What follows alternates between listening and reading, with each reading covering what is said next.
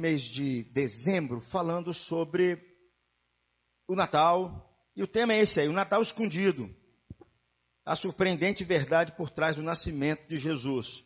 Hoje eu quero pensar com você um texto que aparece na Bíblia que parece que não tem nada a ver com o Natal, mas está dentro do contexto de Natal.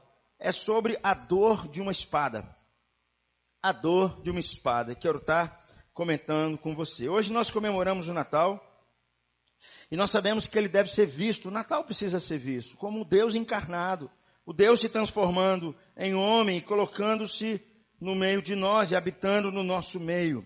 Eu tenho falado já uns 3 domingos atrás sobre isso, e essa ideia do Natal escondido é porque hoje a figura do Natal, parece que o menino Jesus tem sido meio apagado de toda essa história. Por incrível que pareça, eu assistindo essa semana no noticiário do jornal, eu vi um negócio muito interessante. A repórter diz assim, está se comemorando no Japão o Natal. Aí ela até falou assim, é uma data dos cristãos comemorada num país onde eles são budistas e shintoístas. Tem nada a ver com nada. E aqui tem uma foto. É o Natal mais iluminado do mundo. O Natal deles vai até março. Aqui é do Japão. Aí eu fiquei pensando, que coisa interessante. Eles celebram o Natal, mas Jesus não está lá. Porque na cultura deles, o Natal, teoricamente, ele é uma figura do cristianismo. Mas no Japão não existe isso, Márcia. Eles vão comemorar o quê? A única coisa que sobra é colocar lâmpada. A única coisa que sobra é dar presente. A única coisa que sobra é juntar a família. A única coisa que sobra é só falar Feliz Natal. E eu fico me perguntando, é isso que eu quero pensar nessa série. Isso faz sentido? Tem alguma conexão esse negócio? Para mim não faz sentido nenhum. Agora, eu falei do Japão, né? Vou falar do nosso país, que é um país predominantemente chamado cristão, na sua grande maioria. Mas a gente percebe que é a mesma coisa. Ó, essa musiquinha eu sei que você já cantou. Presta atenção na letra dela. Vou pedir o Tiago para soltar para mim. Quero ver você não chorar, não olhar para trás, nem se arrepender do que faz. Quem não cantou essa musiquinha aqui? Que o Natal existe, que ninguém é triste. Quanta gente chorou se arrepiando com essas músicas, quando junta os cantores da Globo, lá todo mundo chora emocionado, vê o povo se abraçando. A letra diz aí, ó, quero ver o amor vencer, mas se a dor nascer, você resistir e sorrir. Se você pode ser assim, tão enorme assim, eu vou crer que o Natal existe e ninguém é triste, que no mundo existe amor. Você cantou essa musiquinha, né? Bom Natal, Feliz Natal, muito amor e paz para você. Uau! Nós estamos falando da cultura brasileira, nem sequer se fazem referência à pessoa de Jesus. Comemora-se o Natal e o aniversariante não está presente. Gente, eu não estou falando do Japão. Eu sei que você já chorou quando vê os artistas da Globo cantando essa música, todo mundo dando a mão, olhando para o outro sorrindo. Eu sei que você já cantou essa música também, porque eu já cantei. Nossa, que melodia bonitinha, que coisa engraçadinha, não é verdade? Que coisa linda, coisa maravilhosa. Queridos, isso me chama a atenção justamente sobre isso, que o tempo vai passando e a nossa geração vai se tornando cada vez mais secularizada, porque Deus não está presente. A figura central não está presente. E aí, meu amigo, para piorar essa situação, eu vou ler um texto aqui, que está no nascimento de Jesus. E é um texto que aparece uma palavra que ninguém comenta. E eu quero comentar com você nessa noite por causa dessa palavra. Lucas capítulo 2, versículo 34 e 35, quando se fala sobre o Natal. Queria que você lesse comigo. Se você não está enxergando aqui na frente, procure um oftalmologista, tá bom? Que eu estou enxergando até bem demais aqui. Ó. Vamos ler comigo? Lucas 2, 34 e 35. E estavam o pai e a mãe do menino, admirados pelo que dele se dizia. Simeão os abençoou e disse a Maria, mãe do menino, eis que este menino está destinado, tanto para a ruína, como para levantamento de muitos em Israel, e para ser alvo de contradição. Também uma espada traspassará a tua própria alma, para que se manifeste os pensamentos de muitos corações. Meus amigos, esse é um texto de Natal. Faz parte da narrativa do nascimento de Jesus. Quando Maria e José levaram Jesus ao templo, eles encontraram um homem que aguardava por muito tempo aquele momento, que se chamava Simeão. E quando a família passa o bebezinho Jesus para o colo de Simeão, naquele momento o Espírito Santo enche o coração de Simeão, e ele pega aquela criança e percebe de fato quem é aquela criança. Ele toma aquele bebê nos seus braços, e ele fala uma frase que ela se tornou clássica no mundo todo, talvez no Brasil um pouco menos, mas no mundo aí fora, na Europa, é um termo em latim que se canta por causa do nascimento de Jesus. O termo em latim é assim, nunc dimittis. Esse é cantado nas liturgias do mundo inteiro. E o que diz a frase? É justamente o texto que você leu. Agora, Senhor, deixe o teu servo partir em paz, conforme a tua palavra, porque os meus olhos viram a tua salvação. É isso que eles cantam. O que eles estão cantando? O que Simeão está falando. Simeão pegou a criança e falou assim, agora eu posso morrer, porque eu vi Jesus. Uau, que coisa maravilhosa. Meu amigo, você só pode morrer depois que você vê Jesus. Se você não vê Jesus, não morre antes não, tá bom? Você vai ter muito problema. E Simeão pegou Jesus no colo e falou assim, agora eu posso morrer. A minha esperança está aqui. Aquilo que eu aguardava por anos, Deus me beneficiou para que eu pudesse pegar essa criança. Simeão, então, ele agradece a Deus. Ele agradece a Deus pela graça de Deus por ver o Messias, a esperança de Israel, a esperança do povo como um todo. A gente percebe nesse texto que depois que ele faz isso, depois que Maria e José escutam isso com assombro, Simeão nos diz o texto que olhou diretamente para Maria e acrescentou um negócio muito estranho. Veja bem, gente, está no nascimento de Jesus. O que ele acrescentou? Isso aqui, ó. Vamos ler comigo? Uma espada atravessará a sua alma, porque esta criança será rejeitada por muitos em Israel. E isto para a própria destruição deles. Ele será motivo de contradição, mas uma grande alegria para os outros. E os pensamentos mais profundos de muitos corações serão revelados. Esse trecho não aparece nas músicas. No Nunc Dimittis ele não aparece. Realmente não tem que aparecer mesmo não, porque ele está falando um negócio aqui muito estranho. Ele está falando sobre um negócio de espada atravessar a alma de alguém. Isso não aparece nas músicas. E eu acho que realmente não deveria aparecer. Ou melhor, eu acho que deveria aparecer. Porque faz parte justamente da história, da narrativa do nascimento de Jesus. Se está inserido ali. Se Deus usou esses homens para falar isso ali, tem alguma coisa que ele está chamando a nossa atenção sobre o nascimento de Jesus, tá? Tem alguma coisa que está nesse texto que nós não cantamos na música, que nós nem lembramos do nascimento de Jesus. As musiquinhas muito menos, porque as músicas só falam de quê? Paz e amor. Não é isso que as músicas cantam, Elias? As músicas só desejam assim, que esse Natal seja de paz e de amor para você. Mas percebe, queridos, que o texto da narrativa do nascimento de Jesus acrescenta algo que nós normalmente deixamos de fora, sobre essa questão dessa espada, essas celebrações do nosso dia a dia, inclusive nas nossas igrejas, que nós nos concentramos sobre a beleza do Natal, sobre a doçura do Natal, sobre a luz do Natal.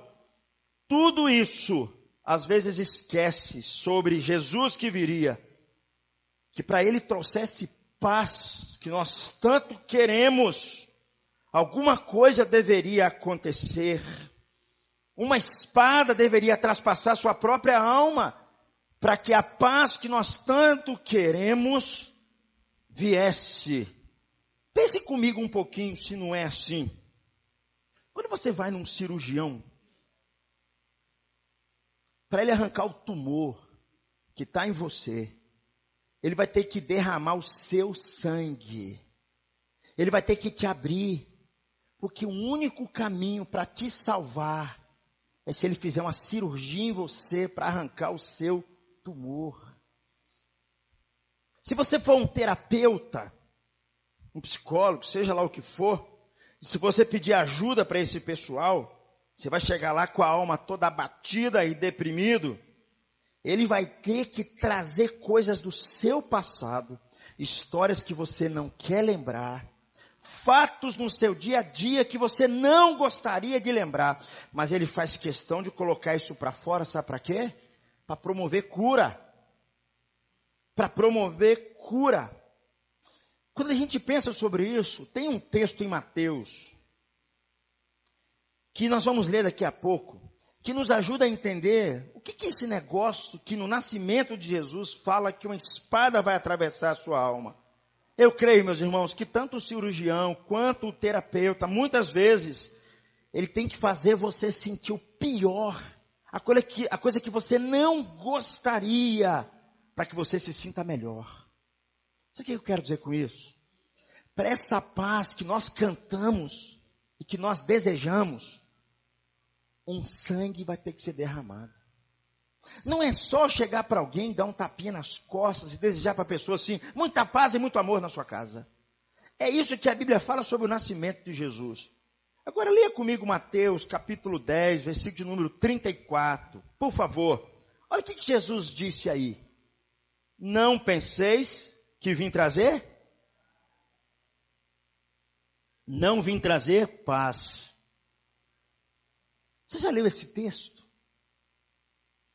É Jesus que está dizendo, eu não vim trazer paz, eu vim trazer uma espada.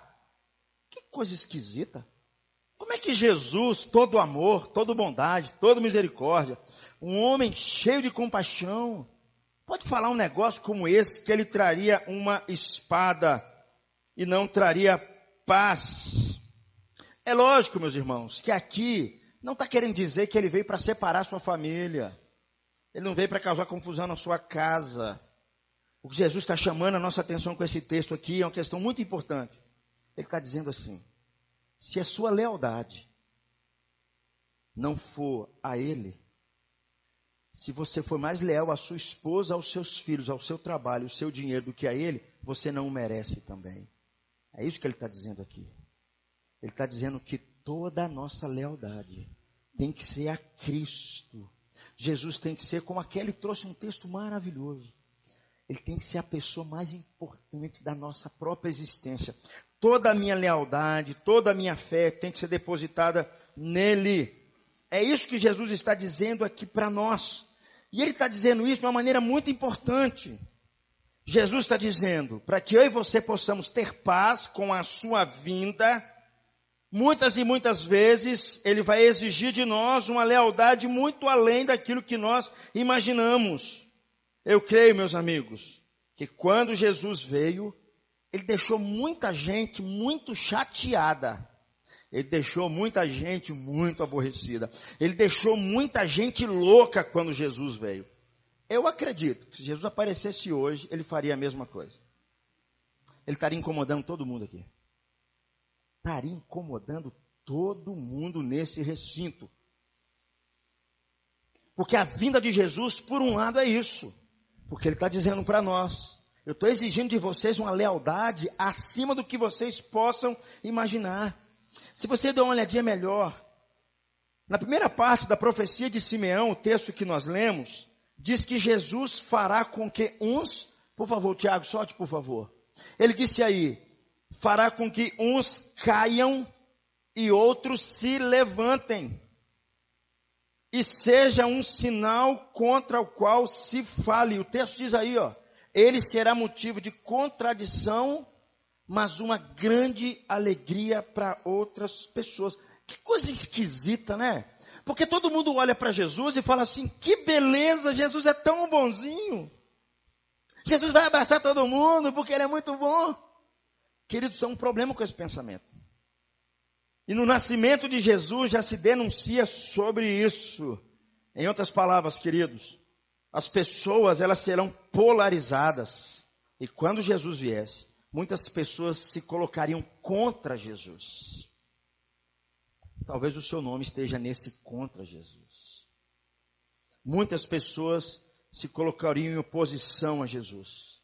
A vinda de Jesus causaria muito conflito. A vinda de Jesus causaria muito conflito. Querido, só abrir um parênteses para vocês. Recentemente eu vi acho que você viu também, o Papa. Ele juntando 3 líderes religiosos. Um líder muçulmano, um líder judeu e um líder cristão. E a única coisa que ele falou para aquele povo é o seguinte: todo mundo aqui acredita no amor. Todo mundo aqui acredita em Deus. Espreme mais um pouquinho. Pergunta ao muçulmano se o Deus dos cristãos é o mesmo deles. Pergunta para o judeu se o judeu aceita Jesus como os cristãos aceitam. Queridos, isso é um discurso muito bonito. Mas quando Jesus veio, ele veio justamente em função disso. Que ele causaria conflitos. Ele causaria algum tipo de oposição. Porque ele faria uma reivindicação de autoridade que ninguém no universo fez. Queridos, é tão interessante quando a gente pensa sobre isso. Se você pensar nos grandes líderes religiosos do mundo, pense nos grandes líderes religiosos do mundo. Buda, Gandhi, Maomé, os grandes líderes religiosos do mundo. Eles falavam sempre assim: siga os meus ensinos. Você pode até olhar para os meus exemplos. Nenhum deles falou assim: me siga. Nenhum deles falou assim: se curve para mim. Nenhum deles falou assim: eu mereço de você toda a adoração. Nenhum líder religioso do mundo falou isso. E Jesus, quando ele veio, ele justamente reivindicou toda a autoridade sobre si mesmo.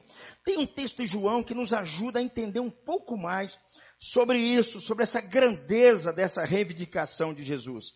Vamos ler comigo aqui, por favor, João 3, 19 a 20. O julgamento é este: que a luz veio ao mundo e os homens amaram mais as trevas do que a luz, porque as suas obras eram más. Pois todo aquele que pratica o mal aborrece a luz e não se chega para a luz, a fim de não serem arguidas as suas obras. Teoricamente esse texto está dizendo assim para nós, Adalberto: aquele que ama a treva, ao invés da luz, ele vai odiar a luz, porque a luz expõe o que ele está fazendo, expõe as suas ações, expõe as suas obras. Se pudesse trazer para vocês num outro nível, eu diria mais ou menos o seguinte para você: esquece um pouquinho o que Jesus fez. Se você experimentar, chegar na sua casa agora, sabe aquele vizinho da sua rua? Aquele cara que todo mundo fala que ele não presta? Aquele cara que aprontou no passado, todo mundo tem ódio dele? Se você chegar agora e começar a ajudar esse cidadão, começar a visitar a casa dele, ele começar a visitar a sua casa, você começar a aproximar desse camarada, você começar a ajudar esse cidadão, você começar a conversar com esse cidadão, eu não tenho dúvida, Thales, que logo, logo, os vizinhos vão começar a falar de você. Os vizinhos vão começar a falar mal de você. Ou um outro exemplo também, por exemplo, você está lá no seu serviço, você está lá trabalhando no seu serviço, e aí você chega para os seus colegas e fala assim para eles: a partir de hoje, não contem comigo mais, porque eu não vou encobrir a falta de fulano. Não conte comigo mais. Se ele aprontar de novo, eu vou falar que ele aprontou. A turma toda combinou: nós não vamos, se aqui alguém falhar, vamos encobrir a falha do outro, hein? Se você chegar e falar assim: a partir de hoje não conte mais comigo, eu tenho certeza, meu amigo, que os seus colegas vão ficar bravos demais com você. Ou imagine você trabalhando, por exemplo, numa repartição pública, em que uma quantia de dinheiro é desviada, e uma rede de pessoas está junto com você, envolvida nesse esquema, e você chega amanhã e fala com eles assim: a partir de hoje não contem mais comigo com isso. Mas que isso, cara? Você vai perder uma grana violenta que todo mês não estão botando na sua conta. Não conte mais comigo. E se vocês fizerem, eu vou entregar a vocês. Eu não tenho dúvida alguma que você vai arrumar confusão no seu trabalho. Você vai arrumar confusão na sua vizinhança. Você vai arrumar confusão na repartição pública. A turma vai começar a te perseguir. A turma vai começar a falar mal de você. Sabe por que é isso, meu irmão? Sabe por que é isso? Você não precisa ser um Jesus Cristo. Simplesmente, se você for um cara honesto, simplesmente, se você for um cara que defende a moral, se você for um cara que simplesmente não se deixa levar por essas coisinhas, as pessoas vão começar a falar mal de você. As pessoas vão começar a te criticar. Sabe por que é isso, queridos? Isso é o texto que nós acabamos de ler. As pessoas ficam furiosas quando a luz aparece. E começa a denunciar os podres que estão escondidos por trás das trevas. Ninguém gosta disso. Por isso, queridos, que eu acredito que quando Jesus nasceu, na sua manjedoura, significa que se você viver como Jesus viveu, não vai haver lugar para você nas estalagens da cidade. Porque Jesus teve que nascer numa manjedoura, sozinho ali naquele lugar. E quando eu penso sobre isso, queridos, me vem à mente justamente o que o cristianismo viveu ao longo da história. Quero passar para você rapidamente sobre isso. Onde o cristianismo nasceu? O cristianismo nasceu na sociedade romana. A sociedade romana era praticamente inundada de deuses, de cultos religiosos, de religiões de mistério. Nessa cultura era esperado que as pessoas que estivessem ali colocassem a sua fé privada nos próprios deuses dos romanos. No entanto, queridos, quando chegou a hora daqueles cristãos dizerem de forma pública qual era o Deus que eles adoravam de forma particular, adivinha o que aconteceu com eles? Eles passaram a ser perseguidos. Porque eles disseram para o mundo inteiro: eu não adoro o imperador, eu não adoro os deuses do imperador. É como se eles estivessem colocando contra o Império Romano. Lares romanos, agências cívicas e públicas, mercados, associações comerciais, unidades militares, tinham cada um seus próprios deuses. E os cristãos chegam e falam assim: eu não me curvo a esses deuses, eu não me importo com essas coisas. Mesmo, queridos, jantares mais formais, no Império Romano, onde as pessoas iam, incluía culto a algum tipo de Deus. Recusar a participar desse culto despertava uma certa suspeita para com aquelas pessoas. E não só isso, as pessoas começavam a ficar com raiva dos cristãos, começavam a se ressentir dos cristãos e começaram a fazer uma represária em cima dos cristãos. Rapidamente, queridos, a história conta que o cristianismo mostrou para o mundo inteiro que eles eram diferentes. Rapidamente mostrou para eles. Não só os cristãos não tinham nem sacerdote, não tinham nem sacrifício, não tinham nem templo, mas eles também não sacrificavam a nenhum outro Deus, porque para eles isso era idolatria. Os cristãos, eles eram exclusivos em suas convicções de que Jesus era Deus, mas o Deus dos cristãos batia de frente com quase toda a sociedade do Império Romano. Os cristãos, queridos, eram considerados como intolerantes e eles pareciam uma ameaça à ordem social. Queridos, deixa eu falar um negócio para vocês. A bandeira do Império Romano se chamava a Paz dos Romanos. Eles se orgulhavam da Pax Romana, eles cercavam as fronteiras do Império Romano, eles davam segurança às pessoas que passavam pelas ruas, dizendo que aqui no nosso império as pessoas podem viver em paz. Se alguém, por algum motivo, mexesse nessa ordem, suscitava algum tipo de perseguição, algum tipo de represária em cima desses. Os cristãos não se curvaram. Por causa disso, eles foram perseguidos, muitos foram mortos, muitos foram jogados nas arenas, muitos se tornaram tochas para se acender nas ruas de Roma. Por quê, queridos? Porque eles não se curvaram por causa da sua fé, não se curvaram por causa do seu amor a Jesus, não se curvaram. Sabe o que é isso, queridos? É o que Jesus está dizendo logo no começo. Por causa de mim vai haver conflitos. por causa de mim, vai haver algum tipo de problema para que a paz apareça. Ah, Renata, mas você está falando do Império Romano, senhor. Isso tem 2000 anos. Não tem nada a ver com a minha sociedade. Isso não tem nada a ver com os meus vizinhos, com os programas que eu assisto. Queridos, leve engano. Na nossa sociedade secular de hoje, os não cristãos não temem as represálias divinas. Mas cada vez mais em nossa cultura, também se vê os cristãos como uma ameaça à ordem social. Não sei se vocês estão entendendo o que eu estou falando, queridos. As crenças cristãs tradicionais, elas são vistas cada vez mais como intolerantes, como crenças perigosas. Um dia desse, quando nós estávamos discutindo aqui sobre o homossexualismo, aqui a questão da homossexualidade nos nossos dias, aí nós estávamos vendo vários videozinhos, um videozinho de um defensor desse movimento todo, dessa loucura toda. Ele disse em alto e bom som, assim, alto e bom som, nós temos que derrubar esse pensamento judaico-cristão que dominou o mundo por 2000 anos. Nós temos que acabar com esse pensamento, com essas ideias, com esse lixo do cristianismo, do judaísmo misturado com o cristianismo, que foi 2000 anos de história. Queridos, de uma forma ou de outra, ainda aqueles que professam sua fé hoje, de uma forma ou de outra, vai gerar algum tipo de turbulência nos nossos dias, vai dar uma ideia de que eles estão rompendo a ordem social, vai dar alguma ideia de que uma forma ou de outra, eles estão ameaçando a nossa sociedade. A mensagem do Evangelho, queridos, a mensagem de Jesus, talvez você não saiba, mas ela traz hostilidade. Ela traz hostilidade, porque muitos hoje já consideram os cristãos como intolerantes. Intolerantes. Se eles levantarem um ponto de vista deles, eles vão ser atacados. Meus irmãos, sabe o que é que eu quero dizer com isso?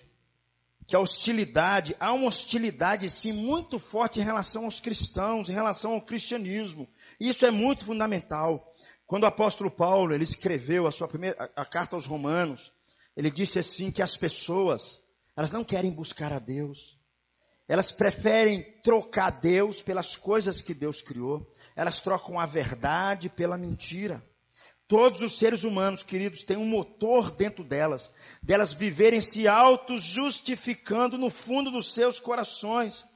Porque as pessoas precisam acreditar de que elas são competentes para executar suas vidas, que elas são competentes para salvarem a si mesmas, de que elas são boas demais para conseguir resolver os problemas da sua própria sociedade. Eu acabei de ler um livro agora recente, Vitor, achei um legal demais, e o cara falou um negócio interessante que está na cabeça de todo mundo. A ideia de que a tecnologia vai resolver os nossos problemas. É a fé na tecnologia, é a fé no progresso. Nós aguardamos essas coisas, que a tecnologia vai acabar com as guerras, a tecnologia vai acabar com o crime, que a tecnologia vai acabar com as doenças. Se trocaram a fé em Deus pela fé na tecnologia, pela fé no progresso. Não há problema nenhum, o progresso foi até bênção que o cristianismo trouxe. Mas o que eu quero dizer para vocês, queridos, que no fundo, as pessoas sempre acreditam que elas são competentes para se salvarem. Elas são suficientemente boas, inteligentes, razoavelmente inteligentes, para acreditar e controlar suas próprias vidas. Qualquer coisa que tenta impedir o funcionamento dessa ideia, deixa muita gente irritada. Nada é um problema maior para todo esse complexo, queridos, de ter que reprimir essas coisas. Sabe quem trouxe essa ideia? Foi o próprio Senhor Jesus. Jesus disse mais ou menos o seguinte, aqui eu vou parafrasear. Ele disse aqui, você não é seu, você foi comprado por um preço. Ninguém quer ouvir isso. Ninguém quer ouvir essas coisas, porque nós queremos o controle da nossa própria vida. Eu falei domingo passado aqui, que nós temos um rei dentro de nós não queremos nos sujeitar ao governo de ninguém, nem muito menos de Deus.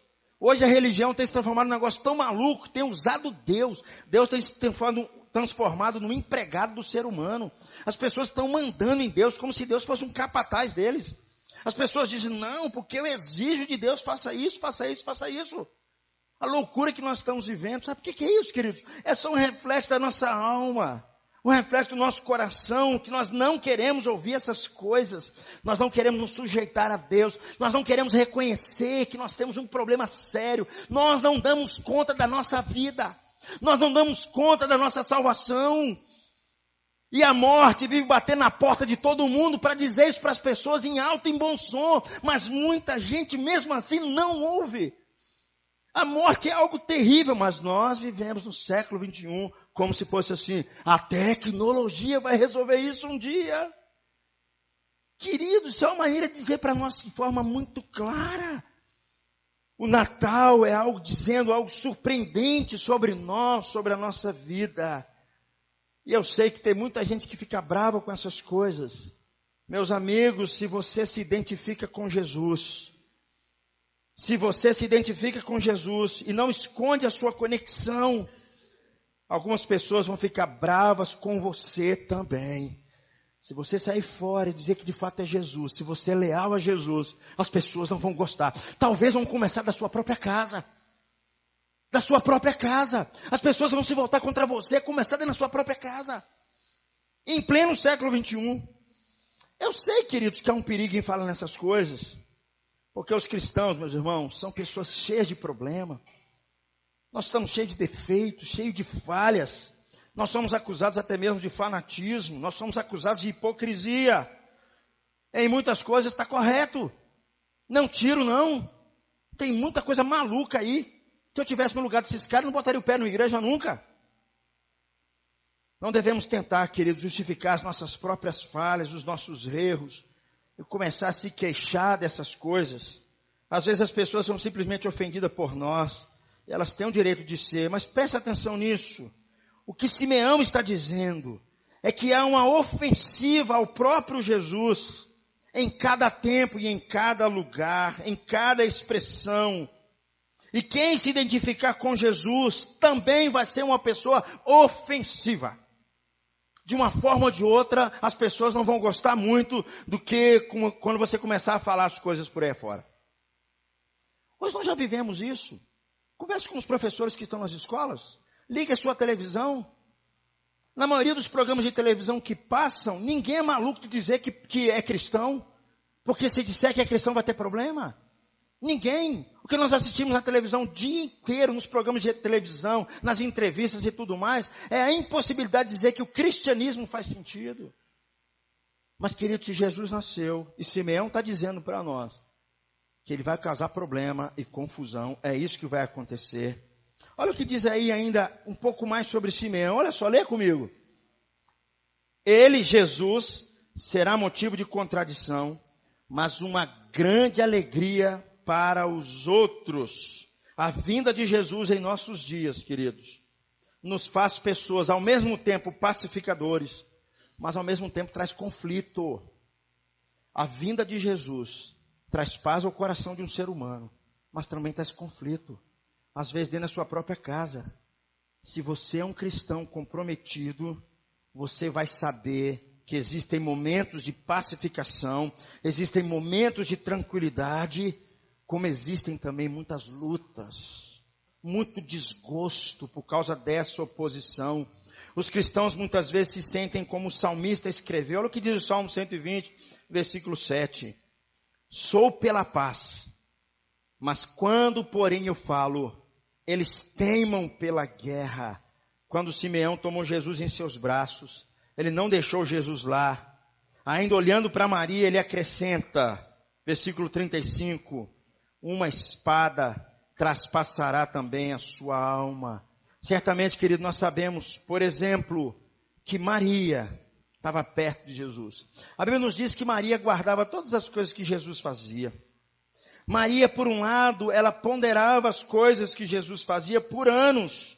Maria, por um lado, como eu e você, também teve grandes dificuldades de enxergar Jesus como Jesus de fato era, o Messias.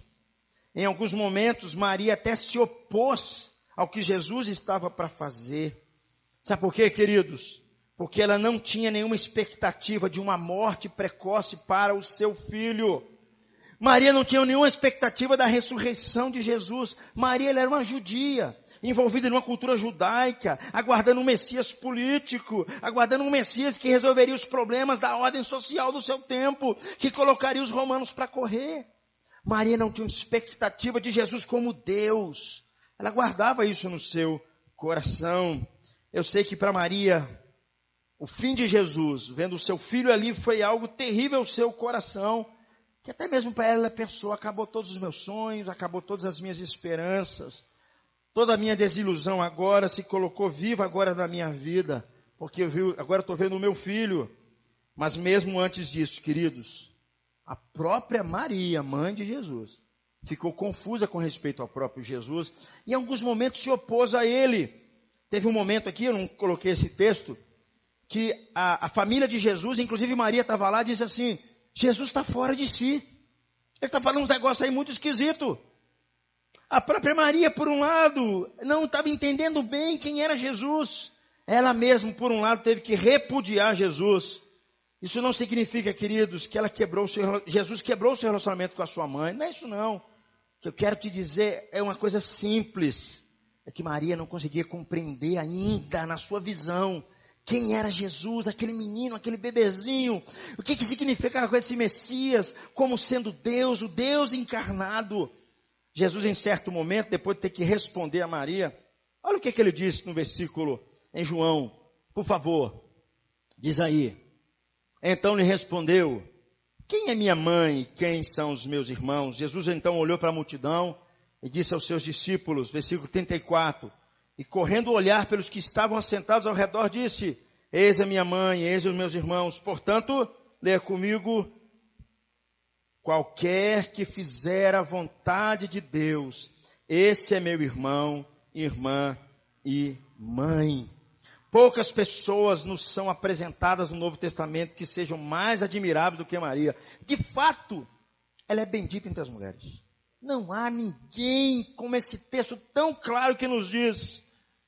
E quando nós olhamos para a resposta dela, que ela deu aos anjos, perto dos pastores, nós sabemos disso. No entanto, quando nós olhamos para textos como esse, nós vemos Maria não entendendo muito bem quem era Jesus.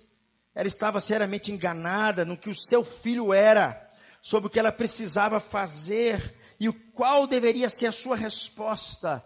E como eu disse, em alguns momentos Maria tentou obstruir o ministério de Jesus, obstruir o que Jesus viria para fazer para o mundo inteiro.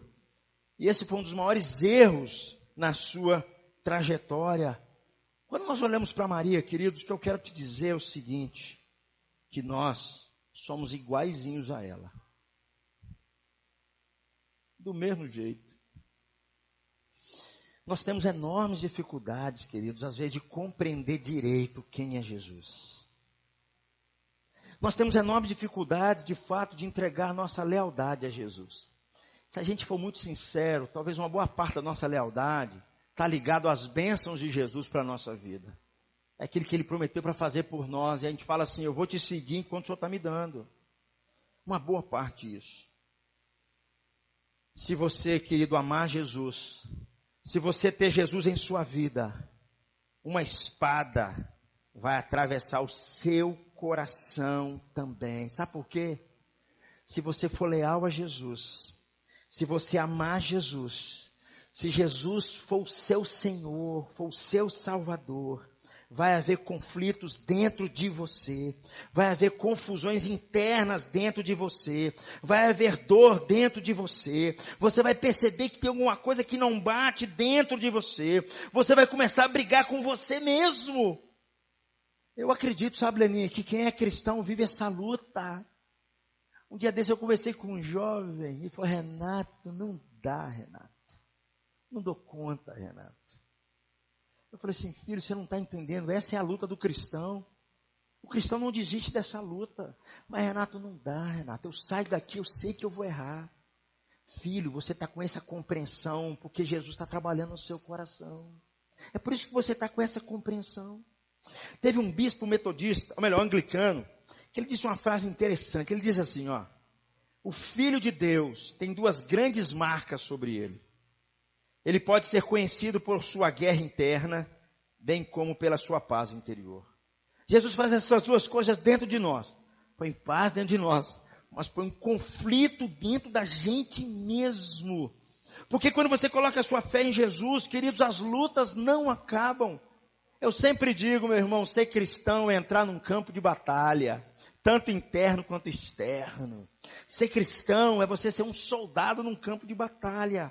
E essa luta para provar você mesmo, para encontrar uma identidade em você, para você encontrar sentido na sua vida, isso pode aumentar ainda mais o seu sofrimento, para encontrar a verdadeira satisfação. Todas essas lutas vão estar em você. No entanto, queridos, toda uma nova série de lutas vai começar a aparecer por causa da sua fé em Jesus. É isso que esse autor está dizendo, quando uma pessoa é de fato um cristão. Ele é conhecido não só pela sua paz, mas ele é conhecido por causa do seu conflito. Eu não tenho dúvida alguma, quem anda com Jesus, quem leva a sério Jesus, ele vive em grandes conflitos. Conflitos com ele mesmo. Conflitos com ele mesmo, Vitória. Conflitos na sua caminhada.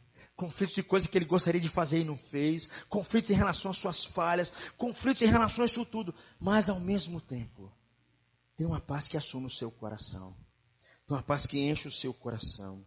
Meus amigos, há milhares de homens e mulheres que eles vão às igrejas todos os domingos. Eles se chamam cristãos. Seus nomes estão nos registros de batismo das igrejas, nos registros de membros das igrejas. São cristãos reconhecidos enquanto vivem. Muitos se casaram na igreja, muitos se casaram com outros cristãos, muitos se casaram de forma cristã. São enterrados como cristãos quando morrem. Mas você nunca vai ver qualquer luta sobre a fé em Cristo nessa pessoa, nenhuma luta espiritual nessa pessoa, nenhum conflito nessa pessoa, nenhuma abrir mão de algumas coisas na sua vida, nenhuma guerra interna. Eu tenho dúvidas para saber se essa pessoa de fato é um cristão. O próprio apóstolo Paulo, ele falava que ele vivia uma luta com ele mesmo, ao querer fazer o bem eu faço o mal. Existem duas naturezas dentro de mim que ficam lutando, o velho Renato e o novo Renato. Tem hora que o novo Renato vence, mas tem hora que o velho Renato assume as rédeas e só faz besteira. Quando a graça de Deus não se manifesta através da minha vida, o amor dele não se manifesta através da minha vida, o velho Renato está tomando as rédeas. Não é só quando eu peco, não é só quando passa coisas na minha cabeça. Ser um cristão é você ter que viver com esse conflito, com essa espada atravessando a sua alma. Porque de fato, quando é um cristão, ele tem esse conflito. Agora, queridos, quando uma pessoa não é cristão, sabe o que ele faz? Ele não se importa. Ele não está nem a isso. Essas coisas não fazem sentido para ele.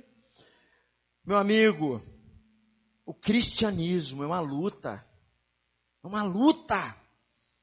Não das pequenas. A nova paz que Cristo traz, querido, ele não vem sem um novo conflito. Não vem. A paz que Deus tem para trazer. Ele tem praticamente duas verdades, rapidamente, que eu vou falar para vocês. Por que ele não vem sem um conflito? Por causa disso aqui, ó. Acrescenta para mim, por favor, Tiago. Um conflito interno, por causa do arrependimento. O arrependimento, queridos, é como um antisséptico. Eu não sou tão velho assim não, Zildinha, mas eu lembro que quando eu machucava, mamãe vinha com um negocinho assim, e tirava lá de dentro assim uma pazinha. O nome daquele negócio era metiolate. Ninguém merece aquele trem. Atuei assim lá longe aquele negócio. Mamãe falava assim, Nato, passa aqui, Sara. Passa aqui, Sara. O arrependimento, queridos, é como esse metiolate, é como esse antisséptico sobre uma ferida. Ele queima, mas ele cura. É assim o arrependimento. É assim que o arrependimento funciona. Ele cria em nós uma agitação interior. Sabe por quê? Porque nós temos que admitir coisas que nós não queremos admitir. Nós temos que reconhecer a nossa fraqueza. Nós temos que reconhecer a nossa impotência. É a nossa luta interna por causa do arrependimento. Nós temos que reconhecer como fracos nós somos. No entanto, queridos, esse é o único caminho que Jesus está dizendo que traz paz.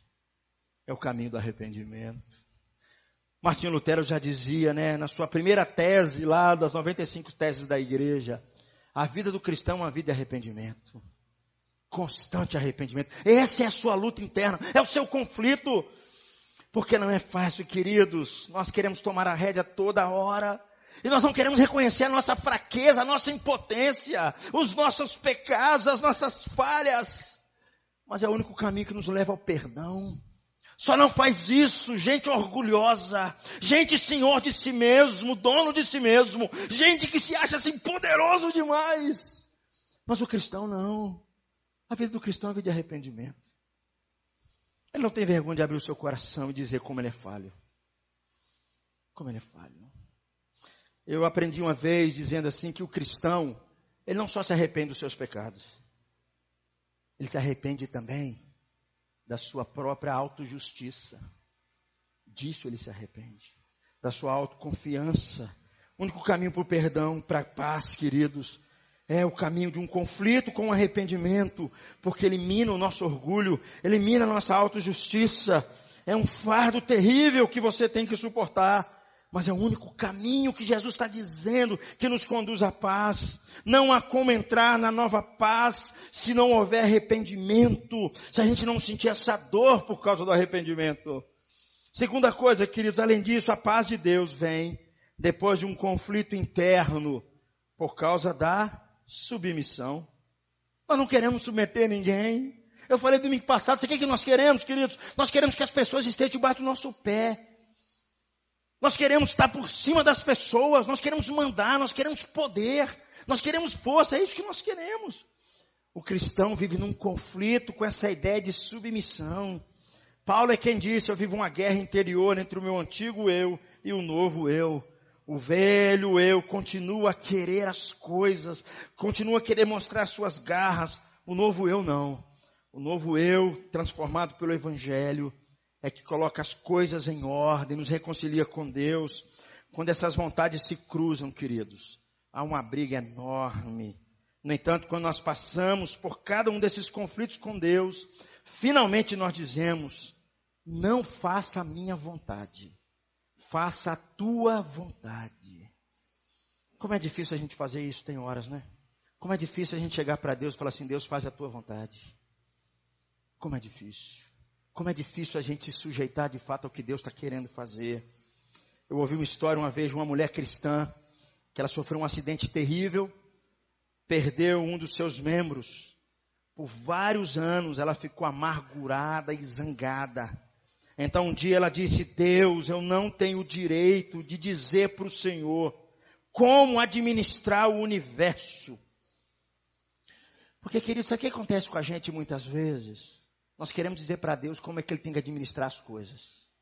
Quando os problemas batem na porta da nossa casa e nós muitas vezes não nos sujeitamos, não entendemos que Deus quer às vezes nos disciplinar e nós nos revoltamos, nós ficamos bravos com Deus. Porque nós estamos querendo dizer para Deus, o Senhor não sabe administrar o mundo.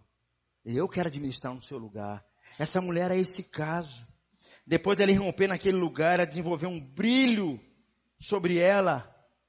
Uma vez que ela parou de lutar essa batalha, ela se entregou de verdade, ela entregou uma confiança, ela entregou a Cristo a sua vida.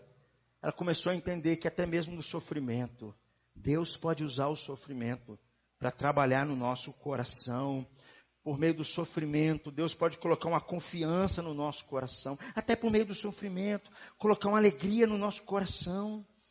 Uma vez eu citei aqui, essa menina ela tinha 12 anos, 11 anos de idade. Ela foi pular num riozinho, bateu a cabeça, ficou tetraplégica. Johnny,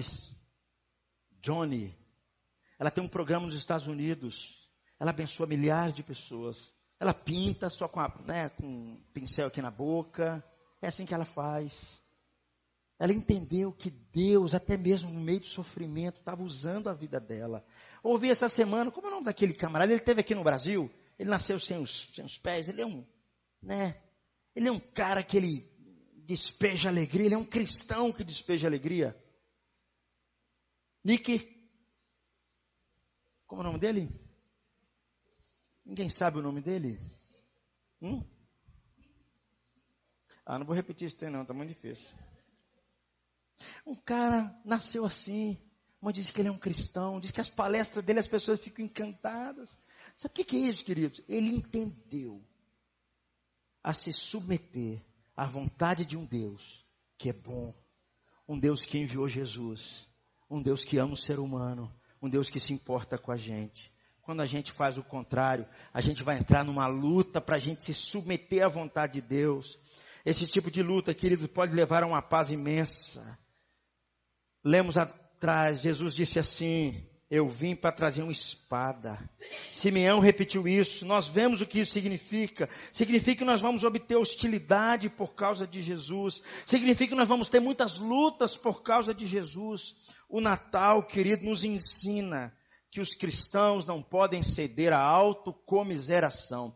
Não tem pior pecado para o cristão do que a tal da autocomiseração. Tadinho de mim, coitado de mim, ninguém olha para mim, ninguém me cumprimenta, ninguém me visita, ninguém me ajuda. Ó céus, ó vida. Isso é um dos piores pecados para o cristão. Porque no fundo, ele precisa lutar com essa ideia da submissão, entender o governo de Deus sobre todas as coisas. Já estou terminando, queridos. A palavra de Simeão é que os cristãos devem esperar e estar prontos para problemas virem na sua vida. Eles devem espelhar o conflito como uma maneira de chegar à paz. Podemos vê-lo em Jesus. Como é que Jesus trouxe a paz? Eu quero encerrar com essa palavra. Como Jesus trouxe a paz para nós. Sabe como é que ele trouxe a paz? Ele teve que enfrentar uma cruz, meu amigo. Se ele não enfrentasse essa cruz, a paz não viria. Não dá para a gente surpreender em relação a isso, ao conflito sobre nós. E aqui vem uma pergunta: como é que nós podemos ter a determinação de enfrentar a espada de provações e dificuldades? Nós precisamos olhar para Jesus. Jesus teve toda a determinação de enfrentar a espada final para a nossa vida. Às vezes você não está acostumado com a leitura bíblica, mas quando os nossos pais pecaram, e eles foram expulsos da presença de Deus, eles moravam no paraíso, moravam no jardim do Éden, moravam na presença de Deus. E eles tiveram que enfrentar um exílio, eles foram expulsos por causa disso. E a Bíblia fala que Deus colocou uma espada na porta. O texto diz de forma clara para nós, para que o homem não voltasse novamente à presença de Deus, ele colocou 2 espadas. Olha o que diz Gênesis 3:24.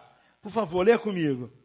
E expulso o homem, colocou querubins ao oriente do jardim do Éden, e o refugir de uma espada que se revolvia para guardar o caminho da árvore da vida.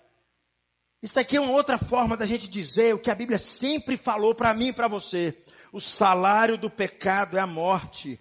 Todo o Antigo Testamento, tudo que a Bíblia fala no Antigo Testamento, fala que para Deus tratar o nosso pecado, um animal teria que ser morto, uma faca tinha que passar por aquele animal, um sangue deveria ser derramado, a morte deveria ser explícita. Querido, não sei se você percebe, mas no Velho Testamento diz assim: para Deus perdoar o ser humano, um sangue deveria ser derramado, e esse sangue era o meu, porque eu que tropecei, mas um cordeiro ia no meu lugar. O sangue dele era derramado para dizer que era o meu sangue para ser derramado. Uma espada deveria resolver essas questões. O que Jesus estava fazendo, queridos, quando ele foi para a cruz, ele estava pagando a penalidade pelo pecado. Ele estava passando por uma espada. Olha o que diz Isaías 53, versículo 8. Porquanto Jesus foi cortado da terra dos viventes, por causa da transgressão do meu povo, foi ele ferido. Não vamos ceder, queridos, à autopiedade ou à covardia. A espada passou por Jesus. A batalha que ele ganhou por nós foi infinitamente maior que qualquer coisa que eu e você possamos suportar. E quando ele enfrentou o seu momento final, Aquela espada estava descendo, ele estava completamente sozinho e abandonado. Olha o que diz a Bíblia, Mateus 27, 46. Por volta da hora nona, chamou Jesus em alta voz, dizendo: Eli, Eli, lama sabactani, que quer dizer: Deus meu, por que me desamparastes? Quando nós caminhamos através das nossas dificuldades, no entanto, eu e você nunca estamos sozinhos, porque Jesus se comprometeu a estar conosco. Ele disse: eu vou estar com você no meio dos seus problemas, eu vou estar com você para abençoar a sua vida, para santificar a sua vida. Se Jesus não tivesse enfrentado isso aqui, se Jesus não tivesse enfrentado a espada como Simeão falou, era impossível que eu e você tivéssemos paz. Sabe, queridos, é interessante o negócio. A grande questão no mundo é criar corações que vivam em paz, criar uma sociedade que viva em paz, criar relacionamentos que vivam em paz.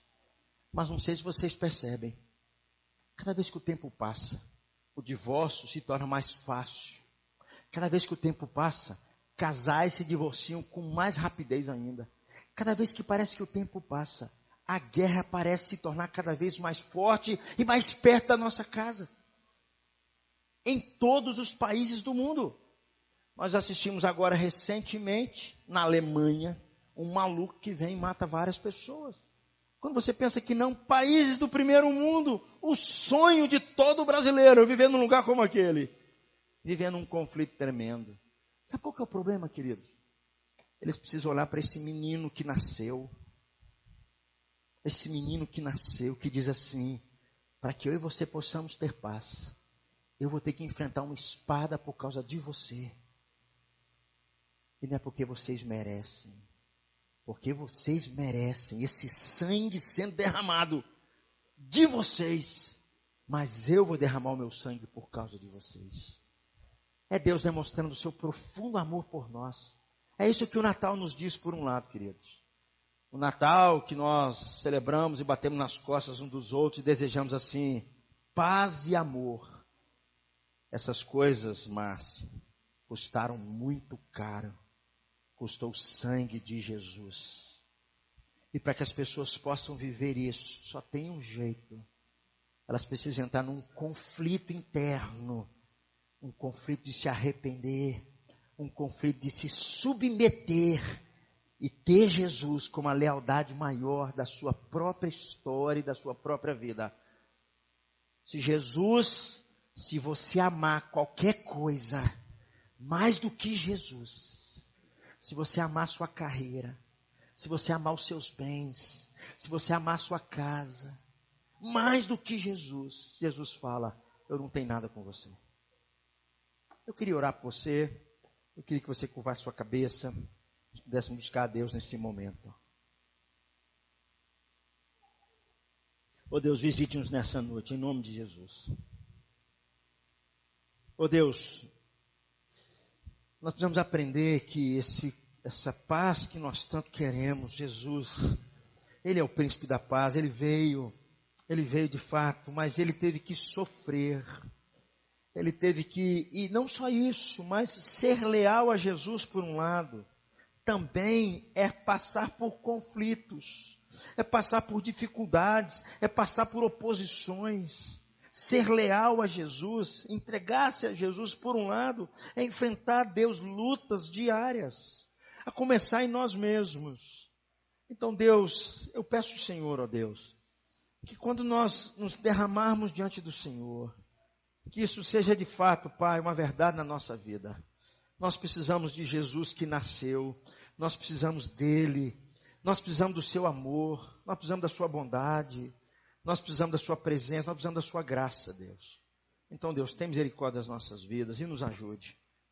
Tem misericórdia de nós, visita o nosso coração, que nesse Natal, ó Deus, que nós estamos celebrando, de fato Jesus seja por excelência adorado, louvado, não só cantado, mas celebrado, mas também nós possamos repensar nossa própria vida e nossa própria história. Porque no fundo, nós precisamos sim reconhecer, ó Deus, quão fraco nós somos. Nós precisamos reconhecer, ó Deus, que nós somos por demais pecadores, que nós somos tão indignos, ó Deus, do teu amor. Nós vamos reconhecer isso na nossa vida, Deus. Então nos ajude, Pai. Visite os nossos lares, a nossa casa. Visite o nosso dia a dia. E não só traga a tua paz, que o Senhor seja a nossa paz. Que o Senhor seja a fonte do nosso amor e da nossa paz. Que nós possamos nos relacionar com o Senhor, ó Deus, acima de todas